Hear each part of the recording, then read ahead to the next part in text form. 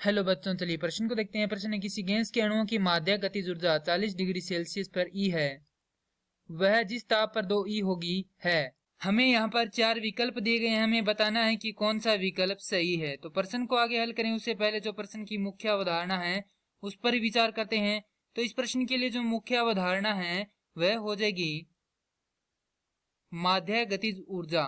अर्थात हम यहाँ पर यह देखेंगे कि माध्य गतिज ऊर्जा का सूत्र क्या होता है। तो माध्य गतिज ऊर्जा जो कि E बराबर होती है 3/2 kT, जहां K क्या है, बोल्ट्जमान नियतांक है, T यहां पर ताप है और E है यहां पर माध्य गतिज ऊर्जा। अब जैसा कि यदि हम यहां से देखें तो ये जो इतना भाग ये क्या है, नियत है, तो यहां से E समानुपाती होगा किसके, ताप के। अब प्रश्न को देखते हैं, किसी गैस के अणु की माध्य गतिज ऊर्जा 40 डिग्री पर कितनी है, E है।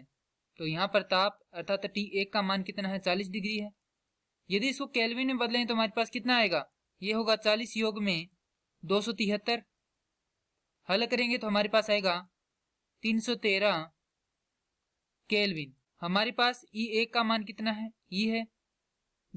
वह ताप जिस पर ऊर्जा 2E होगी, तो हमें यहाँ पर T2 का मान निकालना है केल्विन में, और दूसरा है हमारे पास E2 का मान दिया गया है 2E।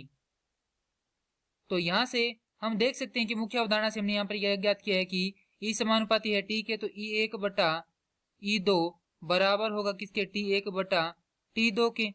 तो मान रख देंगे सारा। तो E1 का मान है हमारे पास E भाग में E2 का मान है 2E बराबर T1 का मान है हमारे पास 313 भाग में जो हमारे पास T2 है उसका मान हमें ज्ञात करना है। तो E से E कट जाएगा और वज्र गुणा करके हल करेंगे तो हमारे पास T2 का मान आएगा यहाँ से 626 केल्विन। और इसको यदि डिग्री सेल्सियस में बदलना है तो इसमें से कितने घटा देंगे हम, 273 घटा देंगे। तो यहाँ से T2 बराबर आएगा हमारे पास 626 घटा में 273।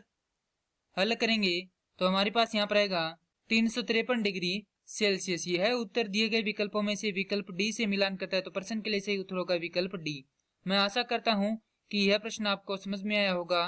धन्यवाद।